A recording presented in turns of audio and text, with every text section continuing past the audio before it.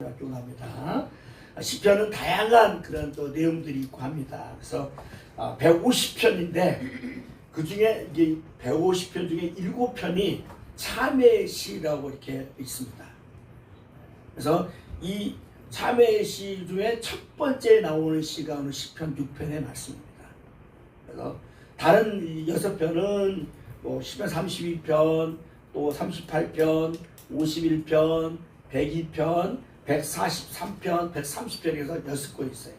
이 시의 고백은 먼저 슬픔, 또 부끄러움, 또 그리고 죄에 대한 미움에 대해서 참회하면서 하나님께 돌아서는 내용이에요.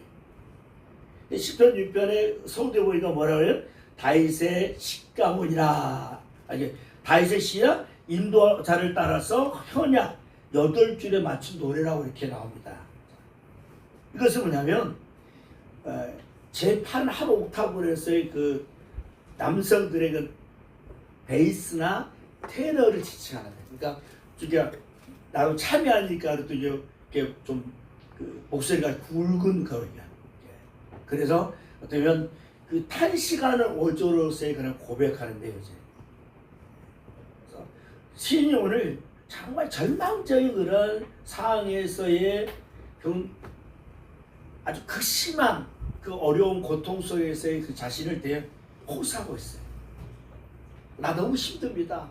나 너무 고통스럽습니다. 이렇게 고백하는 건데 1절 보면 뭐냐, 주의 분노, 또 책망, 진노, 경계, 이게 징계란 말이 이렇게 나오잖아요. 이것은 지금 당하고 있는 고통이 그러면 사람과의 사이에서 일어난 문제가 아니고 이것은 하나님과의 관계에서 일어난 어떤 문제라는 것을 알 수 있어요. 그러니까 소두야 주의 분노하심과 또 나 책망하시고 또 진노하시고 나를 경책하는 것은 하나님과 관계 속에서 문제가 있다는 말이에요. 그래서 그 문제가 얼마나 심각하냐 하는 것을 보면 오늘 보니까 2절 말씀은 자기의 뼈가 어디요? 떨린다고 했어요. 뼈가.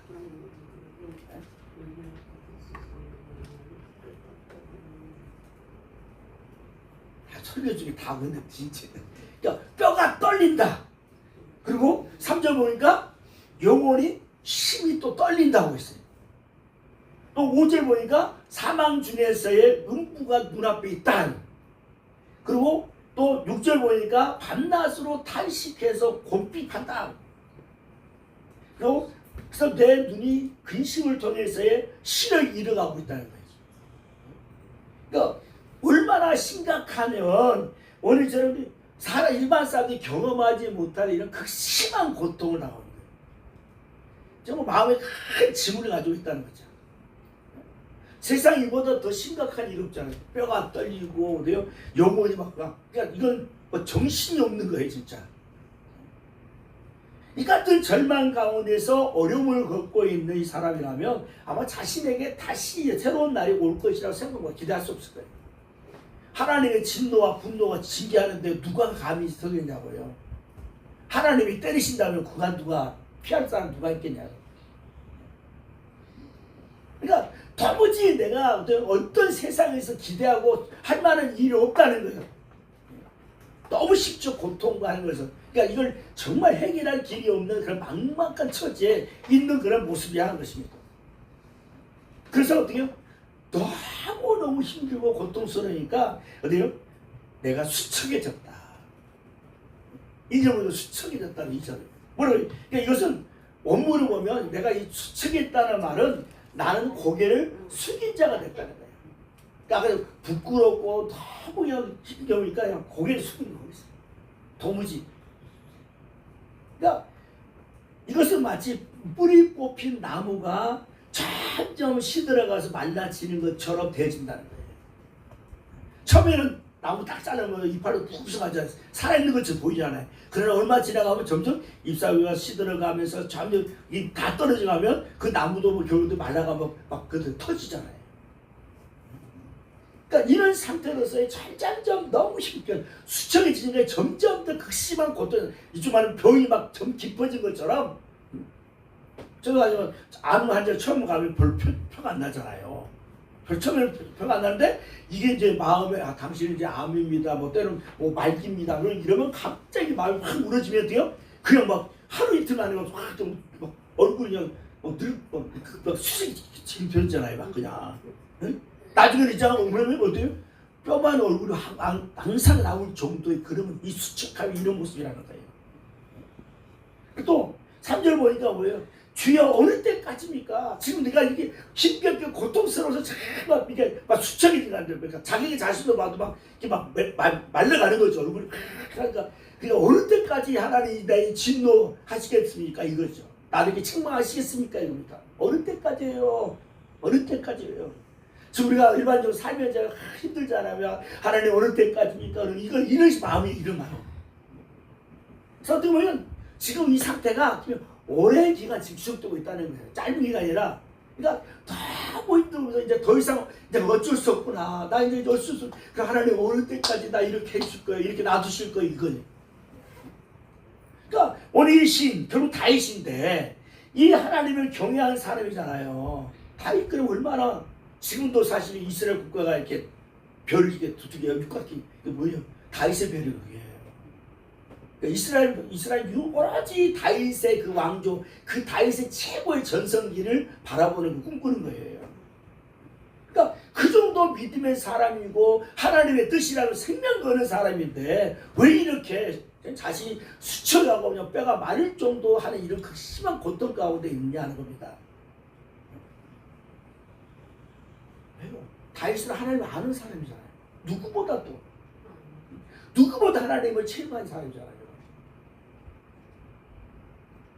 기름 부음 받고 그 다음에 바로 왕이 되는 것이 아니라 거의 12년 가까이 도망자 생활에 망부자 생활하잖아요. 얼마나 죽은 고비를 넘기는 거예요. 그러니까 그런 가운데서 하나님을 혼자 섬기는 사람인데 어쩌다가 이런 극심한 심한 공경에 처했냐는 거죠. 그렇게 하나님과 관계가 좋았던 사람인데 왜 이렇게 돼버렸냐는 겁니다. 이 질문에 대한 답이 4절에 나왔습니다. 뭐라고 합니까? 4절에 여호와여 돌아와. 하나님 돌아와. 하나님 나에게 도와주세요. 그러니까 돌아오라는 것은 하나님 나에게 다시 은혜를 주세요. 하나님의 사랑을 주세요 하는 걸 이 말이겠죠. 그래서 하나님께서 지금 다윗 시인을 떠나고 계신 것처럼 보이는데 사실은 이게 아니라 하나님이 나를 떠난 것이 아니라 내가 하나님을 떠나 있는 거예요. 사실 우리는 그렇잖아요. 하나님 내가 하나님 떠난 것쯤 하나님이 나를 떠난 것쯤 보지만 사실 내가 하나님을 떠나 있어요. 하나님은 사랑하는 자녀를 절대 떠나지 않습니다. 우리가 자녀들 마음이 떠납니까? 안 떠나잖아요. 똑같은데요. 자녀들은 지금 떠나 있어서 자기들은 엄마 부모님 떠나 있는 것처럼 보이지만 사실은 부모는 눈 감을 때가 평생을 자녀들 안 떠나요. 이게 사랑하는 자녀를 떠나지 않습니다. 내가 그렇게 자녀들을 늘 마음에 두고 한 것처럼 하나님 역시도 그렇다는 거예요. 그러니까 우리 마음이 어두워지고 하나님을 떠나 있으면 하나님께서 함께 하시면 느끼지 못해요.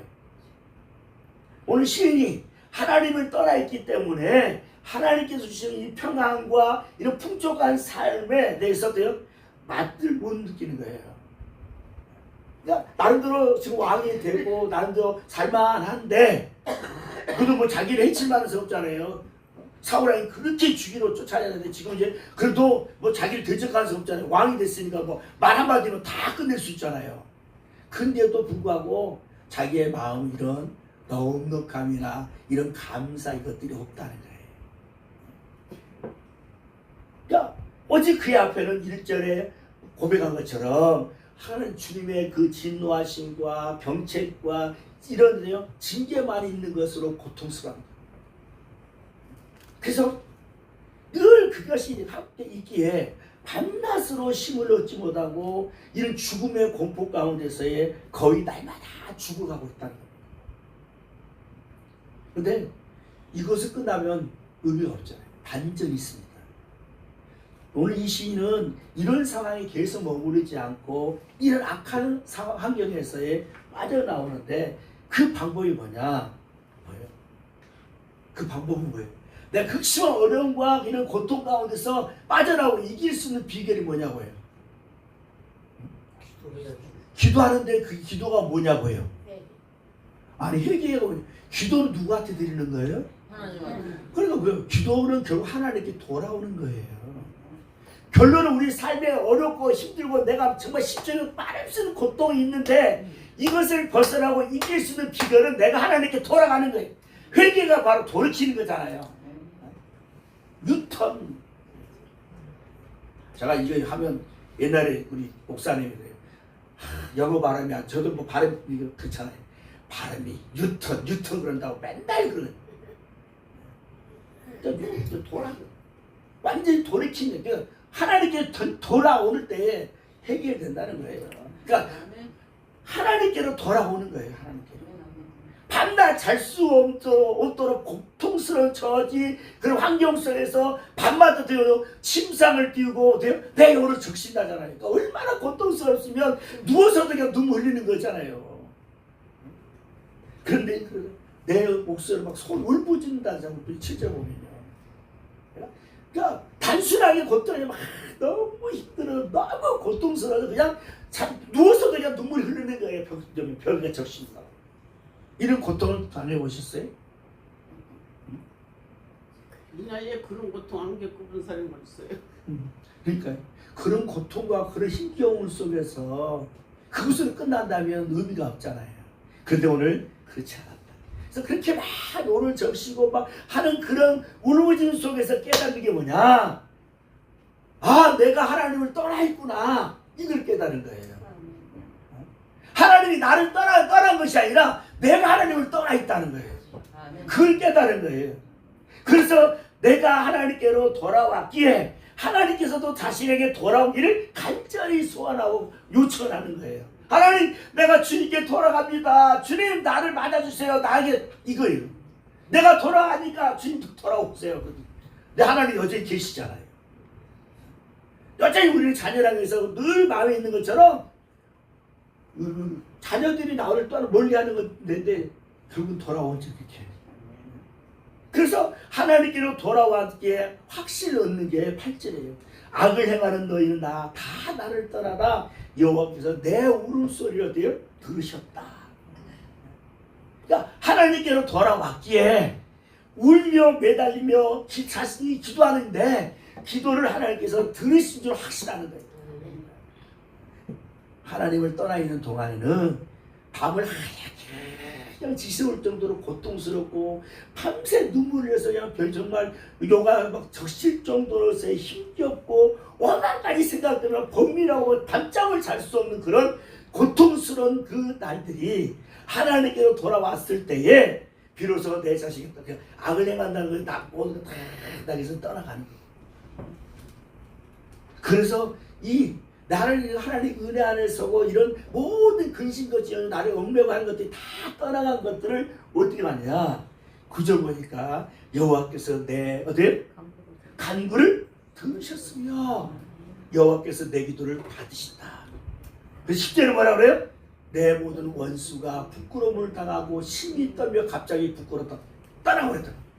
지금까지 나의 고통스럽고 막 문제 때문에 힘겨웠는데 내가 하나님께 돌아가서 하나님을 전적으로 의지하고 바라봤더니 내가 지금 고통스러운 것들이 다 떠나버렸다는 것이에요. 갑자기 그러잖아요. 갑자기. 우리는 사람은 하나님을 떠나면 평안한 삶을 살 수 없습니다. 그렇죠? 다 우리가 하나님 은혜 안에서 떠나버리면 힘들잖아요. 하나님을 떠난 삶은 죽음을 눈앞에 보는 죽음을 눈앞에 보고 사는 삶과 같고요. 그래서 끊임없이 그 죽음을 생각하면 두렵잖아요. 어디요? 힘들잖아요. 사실 우리가 죽으면 천국 갑니까? 예, 갑니다. 하지만 실상은 막상 죽음이란 고통 앞에 딱 서면 두렵죠. 안 그렇습니까? 아멘, 좋습니다. 할렐루야. 이런 사람 과연 얼마나 있겠. 죽음이란 딱 당사 앞에 서면 염려스럽게 더 오는 거예요. 순간. 그러나 하나님께서 나와 함께 계신다고 믿음에 딱 서면 죽음이란 두려움은 사라지고 도리어 아멘, 주 예수여 어서 오십시오. 내 영혼을 주께 의탁합니다 하고서 믿음 안에 고백하는 이거예요. 그러니까 우리가 끝나는 순간까지도 하나님 붙들고 의지하면 그 어떠한 고통, 이 죽음의 고통도 이런 두려움까지 다 이겨낼 수 있다는 거예요. 그래서 오늘 집에 천국 갑니까? 예, 갑니다. 그럼 뭘로? 믿음으로 이렇게 다 나오는 거예요. 이 확신이 없으면 신앙생활 하기 쉽지 않습니다. 얼마 전에 제가 전도 세미나 갔잖아요. 지금 대대적으로 세계에 유명하더라고요. 오늘도 그 목사님이 지금 저 부산에 하죠. 한 1000명 이상 모이는 데서 이제 그 세미나를 하는데 가보면 우리가 그동안에 배웠던 다 전도법이 다 있어요. 첫 번에 딱 우리 뭐 예, 당신 죽으면 천국 갑니까? 이거 첫 마디거든요. 이게 전도법 첫 번째 말이거든요. 늘 제가 말하잖아요. 천국을 어떻게 하냐고. 믿어라. 이거요. 그러니까 이건 거듭난 구원의 확신이 없으면 신앙생활을 사실은 출발이 어렵습니다. 지금도 마찬가지죠.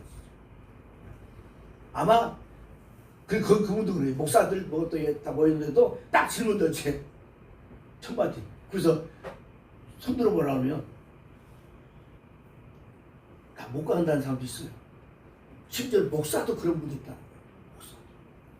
지식적으로 다 배웠어요. 뭐 전부 다 배웠는데 실상은 내가 내 중심에 그런 확실한 고백이 있냐 이거예요. 정말 내가 예수 그리스도로 인해서. 그러니까 하나님께 돌아왔을 때만이 그 하나님의 평안과 안식을 누릴 수 있는 거예요. 제가 오늘 빌립보서죠? 네. 기쁨이 몇 번 나오냐고. 그래서 지금 그 빌립보서를 쓴 때가 언제냐고요. 지금 로마 감옥이 있잖아요. 감옥에. 물론 우리처럼 뭐 이런 감옥은 아니지만 가택연금을 당해가지고 자유가 없어요. 사실은. 그런데 그런 감옥에서 그런 자유가 없는 그런 생활 딱 삶 울타리에서 당신 여기만 벗어나면 안 돼. 이렇게 하니까 자유가 없잖아요. 그런 가운데서도 그가 기쁘다 고백하는 게 뭐냐고. 바로 이 하나님 주신 기쁨이라는 거예요. 그러니까 우리가 하나님 안에 하나님께 돌아와서 있을 때 하나님 품 안에 있을 때 이런 평안이 있고 다 이래요. 우리 아이들을 키워왔죠. 어린애들 막 울잖아요. 그러면 또요. 엄마가 딱 안아주거나 하면 아니면 또 엄마 젖을 물거나 요즘 무익병을 딱 집어넣어요.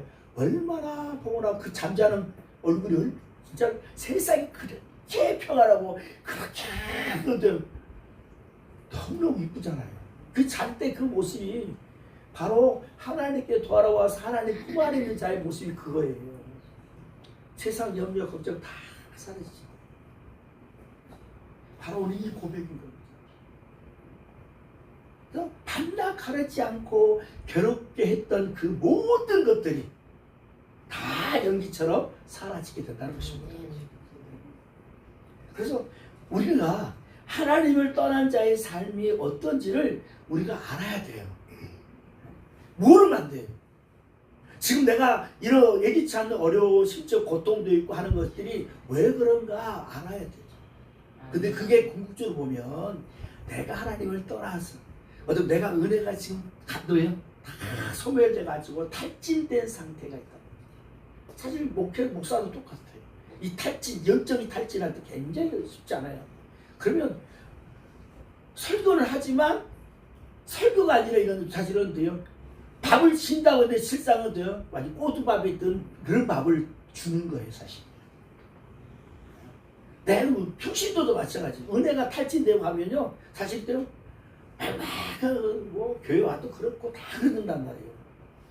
그런 관계를 하나 뭉쳐보면 뭐 주변에 누가 어떤 뭐 해도 내가 하나님의 은혜 안에 딱 잠겨 있으면 문제가 되잖아요. 그렇죠? 그 구조는 누가 뭐하고 사실은 사람 보고 뭐하면 그렇잖아요. 아니 목사님이 저는 뭐 우리 교회 거의 재적이 한 80명 넘거든요. 그러면 그래도 성도 형편은 그래도 목사님 제가 제일 잘 알잖아요. 그래도 각자 다 안단 말이에요. 그러면 그런 걸 통해서 때로는 힘겹기도 하고 아픔도 있고 막 그런 것도 있잖아요. 어떤 거는 잘 돼서 좋기도 하죠. 막 어떨 때는 목사님 힘들어요, 어려워요, 막 생활하는 편에 그런 걸 모습 알면 그게 다 사실 짐이 되잖아요. 그게 짓누린단 말이에요. 그러면 또 내가 어쩔 수 없구나, 나는 부족하구나, 어떨 때는 내가 목사 하는 게 되나? 이럴 때단 말이에요. 제가 개인적으로 우리 임승우 목사님하고 좀 친해진 게 사실은 우리 한번 이렇게 이 바람이 한번 있었어요. 큰 바람이 좀 몇몇 사람이 막 그냥 아ril게 문 닫게 만들고 이 목사 뭐 완전히 망한다는 그런 이야기를 했었어요. 그래서 몇 번 이제 다시 이쪽 교회 하잖아요. 나가서 했다가요. 그것 때문에 그냥 얼마나 힘들었는지 몰라. 어디 가서 뭐 말을 것도 없고. 그랬더니 그때 이제 그 목사님 이제 식사장이었어요. 자기가. 의를 말하니 그래서 제가 이제 설계해가지고 그냥 가서 하는데 뭐 말할 게 없더라고요. 그냥 가서 그냥 목사님 웬일로 왔냐고 그래서 그냥 아니 목사님 보고 싶어서 왔어요. 그런데 아이고 목사님 눈 빠지잖아요. 그리고 목사님 본당에 가서 기도하시죠. 올라가서 기도하는데 그냥 눈물밖에 안 나요. 그래서 한 며칠간 울었어요. 진짜. 뭐 말을 할 수가 없잖아요. 때는 정말 억울하기도 하고 개인적으로 육적으로. 그래도 나름대로 뭐 섬겨주고 뭐 했는데 이렇게 막 배신이라 막 그런 게 막 해서 얼마나 마음이 비우고 막 그런 거예요. 인간의 감정으로서는 제가 이런 나쁜 막 얘가 막히는 것. 그렇게 일이 많아가지고 해서 사실은 뭐 재판도 받아서 거기 막 가서 해주고 뭐 이렇게 소원스리 해주기도 하고 해서 나름대로 가지고 해서 뭐 명칭도 넣어주고 뭐 다 해주고 또 그분도 다 그 함께 동조하는 분들도 뭐 와서 뭐 그렇게 이제 가서 뭐 11시든 12시든지 가서 그냥 예배 드려주고 신방 그렇게 얼마나 한지 모르겠. 아 그런 사람들이 딱 배신을 할 때 얼마나 힘든지 모르겠. 그렇다고 가서 뭘 할 수 있는 거 아니잖아요. 그래서 뭐 그렇다고 뭘 할 말할 것도 없고. 그러니까 일방적으로 뭐 하는 거죠. 그래 어때요? 뭐 그냥 우는 거지. 우는 밖에 없더라고요. 오늘 딱 말씀이 우는 밖에 없어요. 하나님 나 정말 억울하기도 하고. 그런데 이제 하나님 은혜 안에서 회복되어 있어서. 그래서 제가 한 바퀴 돌았죠. 쫙 도는데 이제 알잖아요. 몇 분 집도 알고 그 교회 앞에 지나갈 때마다 얼마나 힘든지 모릅니다. 지나가는데 그냥 속이 막 올라요. 막 그냥. 그러면서 교회를 지나가면 이런 나쁜 막 처음에는 막 그런 마음이 들어요. 솔직하게. 그래도 참고 해서 한 달 가고 2달 가고 나니까 나중에는 이런 마음이 그래 어떤 모습이든 하나님 교회가 세워져서 하나님이 하는 교회가 잘 되면 좋겠다. 그래서 처음에는 그냥 사는데 그 교회 문 앞에 제가 기도했어요. 어쩐지 하나님 저는 개인적으로 너무 마음이 아프고 힘들지만 하나님의 뜻 가운데서 세워졌다면 하나님 이 교회를 축복해 주세요. 어쨌든지 이들이 뭐 어떤 마음을 가지고 할지라도 하나님께서 선하게 함께 하셔서 복되게 해주세요. 기도하고 나니까 이제 마음이 자세히 치유되고 그래서 그 이제 성도들 집 앞을 지나갈 때도 이제는 편안해서 축복해 주는 거예요. 이게 하나님이 정말 제가 다시금 하나님 은혜 안에 돌아가니까 그동안은 그냥 나도 내가 주님 뜻이라고 막 해왔는데 이게 하나님이 기뻐하는 원하심이 아니에요. 그래서 그런 어려움을 통해서 다시금 하나님께로 돌아와서 하나님의 진정한 하나님의 마음의 원하는 뜻을 딱 찾고 구하니까 그 다음부터는 평안이 오는 거예요. 도리어 축복할 수 있는 모습이다. 오늘 이 시인 이겁니다. 얼마나 사람도 힘듭니까 사실은. 사실 사울왕이 장인 아니에요. 장인이잖아요. 골리앗을 죽인 거니까 첫째 딸 미가를 아내로 줬잖아요. 그러니까 장인이 사위를 죽이려고 12년 동안 쫓아다녔잖아요. 오직하면 어떻게 가요? 블레셋 땅으로 망명 가잖아요. 골리앗을 죽였는데 그 왼수로 여기는 그곳에 어떻게 망명해? 그러니까 얼마나 이스라엘 땅에서 살기가 힘드니까 오직하면 그렇게 했겠냐고요. 나 죽이라고 하는 거 들어가고 똑같잖아요. 그러니까 어떻게 해요? 아차 싶으니까 아유 안 되겠다 싶으니까 어떻게 해요? 아기성 앞에 가지고 수염에 침을 질질 흘려서 문짝에서 다리 뻑뻑 그거에 이렇게 미친 차잖아요. 그러니까 아기스 왕이라고 이 블레셋 방구에 야 저거 미쳐버렸네 저거 자인이 맨날 죽이러 다니니까 저거 한번 정신이 돌아버렸구나 해가지고 받아주잖아요. 그래서 그곳에서 어느 정도 안전하게 거할 수 있게 하시나. 근데 그렇게 어려운 가운데 있는 그런 모습이잖아요. 평생을 전쟁으로 나갈 때 전쟁에 나가도 하나님 믿습니다 나가지만 어느 순간에 칼이 날아올지 모르잖아요. 그러니까 늘 이런 두려움과 염려 가운데 있는데 거기다가 또 이제 그런 집적인 어려움이 있으니 얼마나 안팎으로 힘들겠냐고. 근데도 하나님 딱 돌아오니까 하나님이요 어느 때까지 나를 돌아보지 않으시려고요. 어느 때까지 나 외면하고 계실 거예요. 어느 때까지 내 처지 하나님 그냥 보시지 않을까 들으시지 않을까 이렇게 할 때 진짜 내가 하나님 앞에 딱 와서 나를 딱 펼쳐보니까 어디 하나님이 나를 떠나지 않으셨구나. 저는 이걸 깨달은 게 제가 고등학교 이제 실습 나가면서 이제 그 사실은 제일지당에 들어 기도 얼마나 하는지 모릅니다. 막 거기 들어가 왜냐면 그래도 대기업이잖아요. 84년 8월 8일이요. 떨어졌어요. 그 전에 얼마나 기도한지 모릅니다. 그런데 떨어졌네요. 낙심해가지고 이제 이제 하나님 온다 보다고 해서 이제 그때부터 한 2년 반까지 저 삼척 빠져가지고 내 맘대로 시험 살았어요.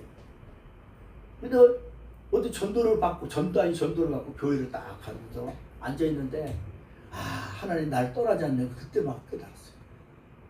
그 교회가 방언 기도하는데 막 전부 다 방언하는 거예요.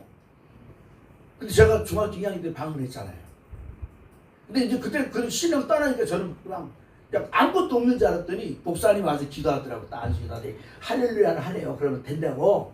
할렐루야 하려는 거예요.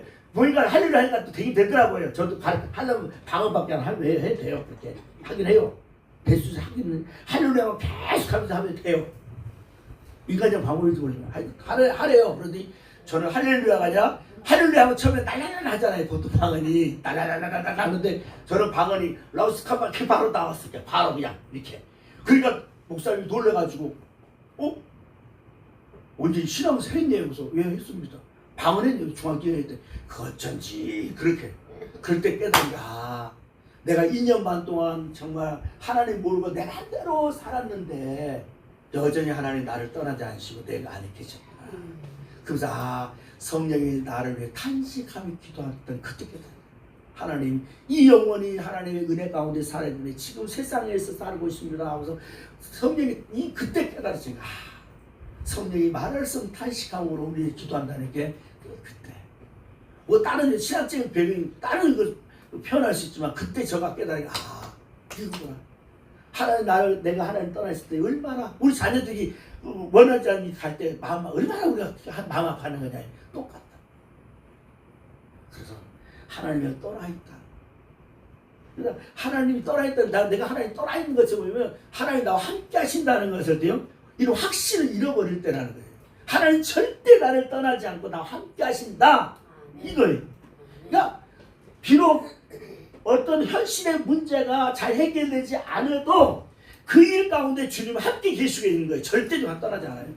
내가 어렵고 힘든지 하래도 주님 그곳에 함께 계셔서 나를 응원하고 계시는 거예요. 내가 너와 함께 하니까 염려하지 마. 내가 이기게 할 거야. 이렇게 하시면서 우리가 하나님 마음을 떠나버리니까 하나님 함께 하시면 뭐예요? 생각하지 않으니까 그 음성을 듣지 못하는 거예요. 이게 믿음의 발로 못한다는 거예요. 하나님은 내가 어느 순간에 어디에 있든지 하나님 절대로 떠나지 않으십니다. 오늘 돌아가셔서 시편 139편 1절부터 쭉 읽으세요. 이거예요. 보시죠. 시편 139편을 보시죠. 뭐가 궁금한 것 같아요. 이게 쭉 해서 뭐 24절까지 다 봐야 되지만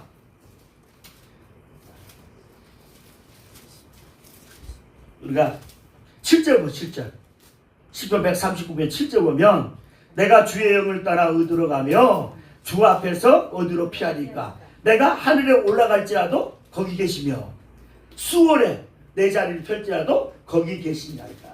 내가 새벽 날개를 치며 바다 끝에 가서 거주할지라도 거기서도 주의 손이 나를 인도하시며 주의 오른손이 나를 붙든다.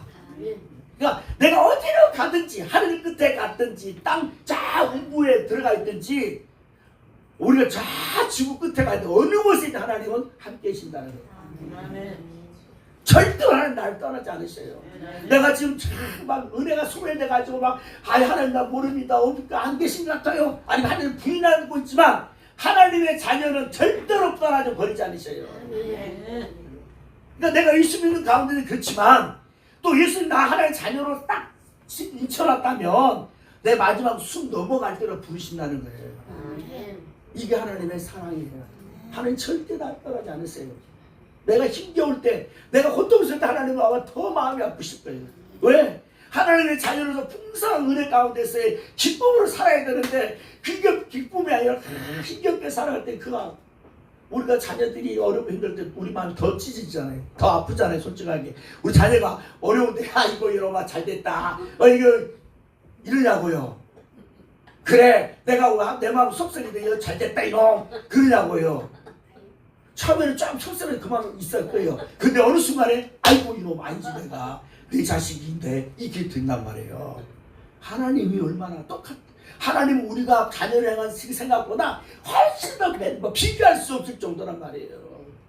그래서 하나님 바라보면서 이로 막 피부를 떠납니다. 사람은 하루는 때때로는 위로가 되고 힘이 되는 거 있어요. 그것도 없다면 정말 못 살죠. 근데 그게 완전하지 않는다는 거예요. 내가 예수 안에 있을 때, 예수 안에 은혜의 그 담비 안에 품 안에 있을 때에 자녀도 보세요. 아무리 행복한 것 같지만 부모 품에 다 안길 때 최고로 편안하고 최고로 안전하게 얼굴이 그냥 그대로 막 피잖아요. 우리 역시도 내가 막 잘 되는 것처럼 보이지만 정말 하나님 은혜 가운데서 딱 있을 때 그게 최고의 안전이고 최고 평안입니다. 우리 이 다윗은 이 고백하는 거예요. 하나님께서 그분 내가 하나님께로 돌아가고 하나님 은혜 가운데 서니까 다윗의 최고의 명작이 뭡니까? 10편 23편 여호와는 나의 목자시 내게 부족하리로다. 이 고백할 수 있는 거예요. 물론 이 고백을 어디서 산지 모르겠지만 과거에 제가 한번 사해에 마쓰다는 곳이 있어요. 사해 강에 쭉 보는데 딱 산이 성지가 올라가 있단 말이에요. 거기서 이 유대강의 사해바다를 딱 보면서 여호와는 나의 목자시냐면서 이 찬양을 하는데 얼마나 감격스러운 겁니다. 이렇게 광야 메마른 땅 아무 푸른 고기도 보이지 않는 이런 곳에서 하나님의 목자가 되셔서 나를 푸른 물밭에 실만한 물가로 인도하신다는 걸 고백할 때 얼마나 막 감격하는지 새로운지. 다윗이 바로 이스라엘 백성들이 이런 모습이라고. 주변을 돌아보면 하나같이 살만한 곳이 없다고요. 전부 다 메마른 광야 땅이고 모래 땅이고 막 돌밭이고 돌다 했단 말이에요. 근데도 그곳에 하나님의 은혜 안에서야 돼요. 이른 비와 늦음을 주시고 새벽에 이슬을 주시니까 그곳에 그냥 풍성한 열매가 있고 한다는 거예요. 그러니까 얼마나 감사하냐고. 우리의 삶을 돌아볼 때 지금 사방이 막막하고 가로막히고 그 내가 심적으로 막 고통스러워서 하나님 나 정말 죽겠습니다. 하나님 나 왜 외면하세요? 어느 때까지 내 문제 외면하셔요? 하는데 불구하고도 내가 하나님께로 돌아가서 보니까 하나님 안에 탁 안겨 보니까 모든 것이 편안해집니다. 부족한 것 같지만 풍성함 가운데 자족함을 누릴 수 있는 거죠. 그러니까 오늘 하나님의 일하심을 바라보는 자 되기를 합니다. 지금 어렵고 힘들어도 주님 내가 주 안에 있습니다. 내가 끝까지 믿음으로 주님 붙들기를 합니다. 주님 나를 떠나지 마시고 나와 함께 해주세요. 나를 도와주시라고 바라보면 주님이 허락하십니다.